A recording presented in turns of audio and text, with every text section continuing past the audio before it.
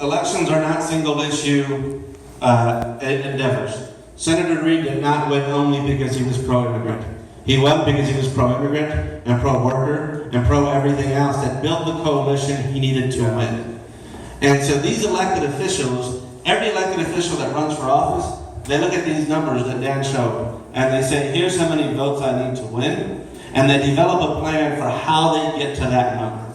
And they say, well, in order for me to win, I'm going to need union supporters, I'm going to need millennials, I'm going to need this, that, and the other. And they develop a winning coalition.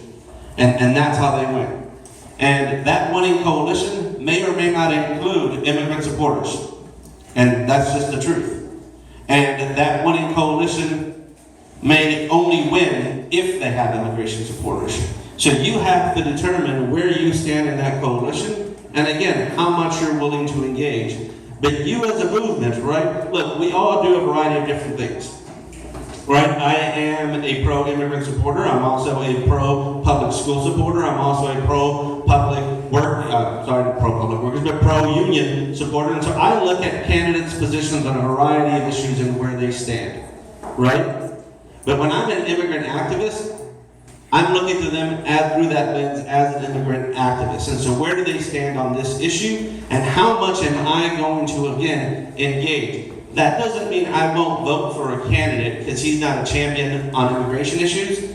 That just means I'm not going to be a champion during his campaign cycle. I'll give you a great example. We have Ivana Cancela here from the Culinary Union. We're in this great union hall from one of the most powerful unions here in Las Vegas, right? Now, a lot of candidates get endorsements from the Culinary Union and they get support from the Culinary Union.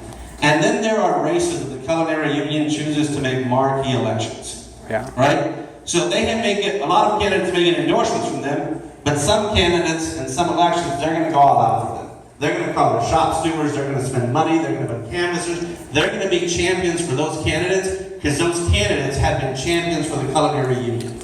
Right? And we get to do the same thing. We get to support candidates, and then we get to choose, are we going to champion this candidate? Are we going to go all out for them to make that voice heard? And you know what? Other candidates will know the difference. They're going to be, am I getting the endorsement, or am I getting the all-out treatment? And when you begin to make that the difference, then those candidates who want to win are going to want the all-out treatment.